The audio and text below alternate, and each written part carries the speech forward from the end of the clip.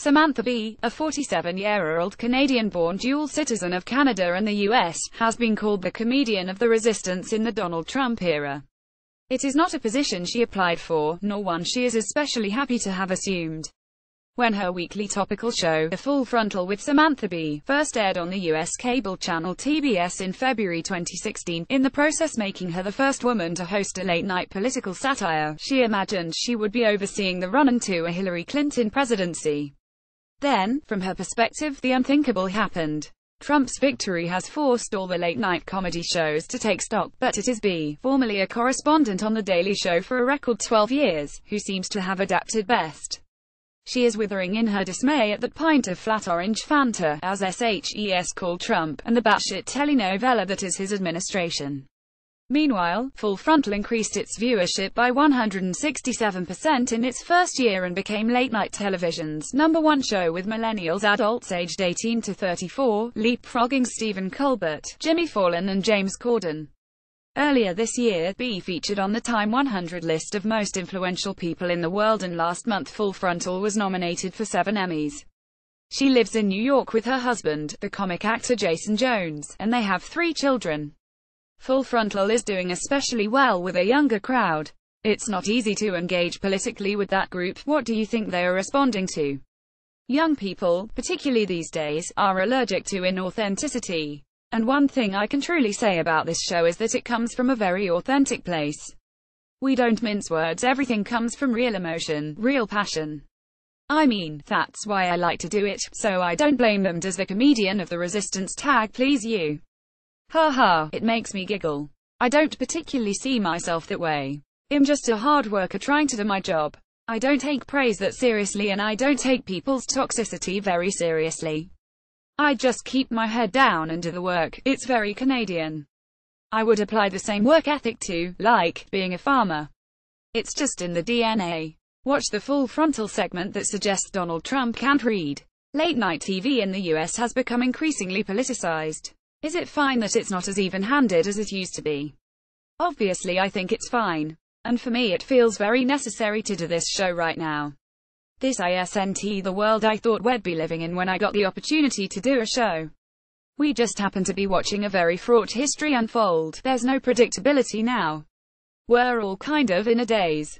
So it's a good time to do a show, but we didn't start out intentionally wanting to do a show about a Trump presidency. It's as though nothing else is happening in our world right now. One of your most popular segments on Full Frontal speculated that Trump can't actually read, which now has 4M+ views. How hard was it to find evidence? That was a personal theory of a couple of people on our research team.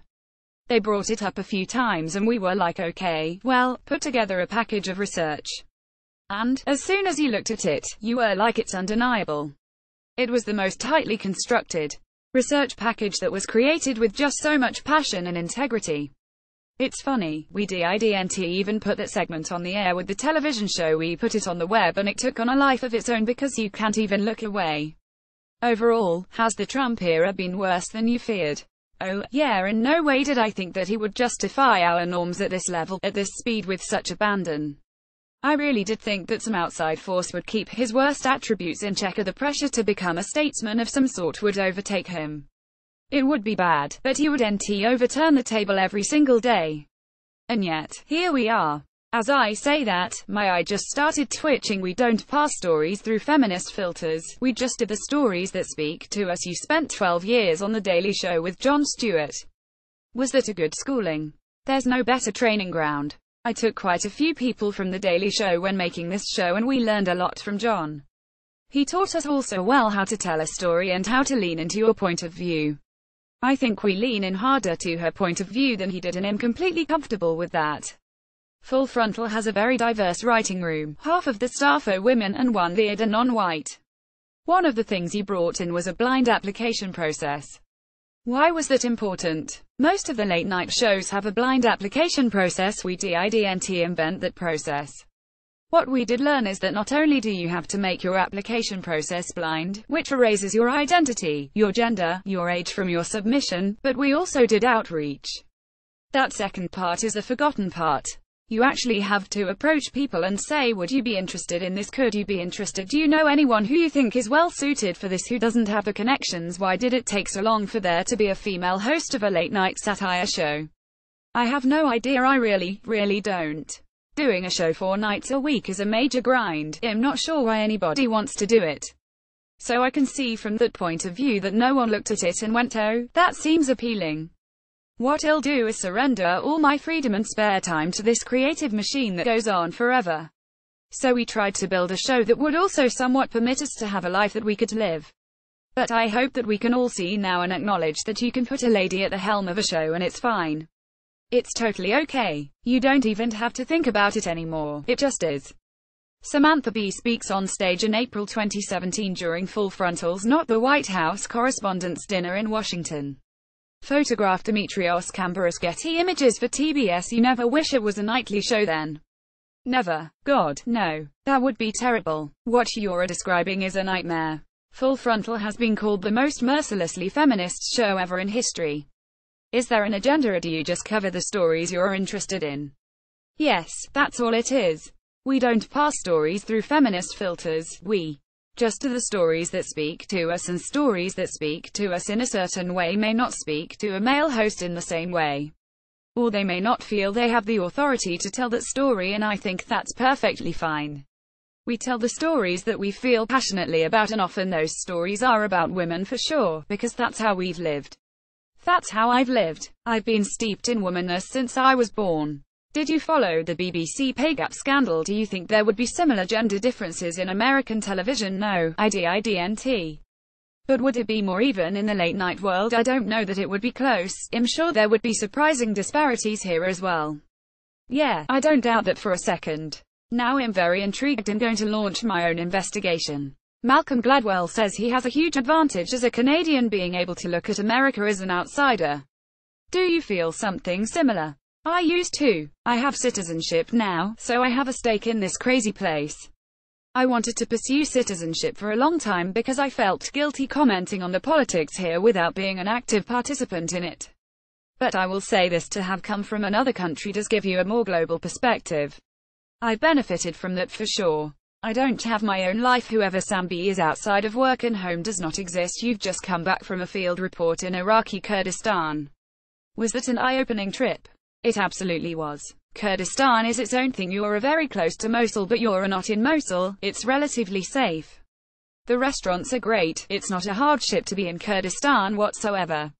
It was quite lovely, and we were able to tell the stories we wanted to tell, from adjacent to the front lines. I don't think him brave for going to Kurdistan, for eating delicious food and meeting great people. In the first report, you came across a baby called Trump. Was he hard to track down? Oh, there are lots of children named Trump, lots. The Trump baby that we ended up going to see just happened to be close to us. And he happened to be a great baby, and they put him in a suit, which was amazing. We got so lucky.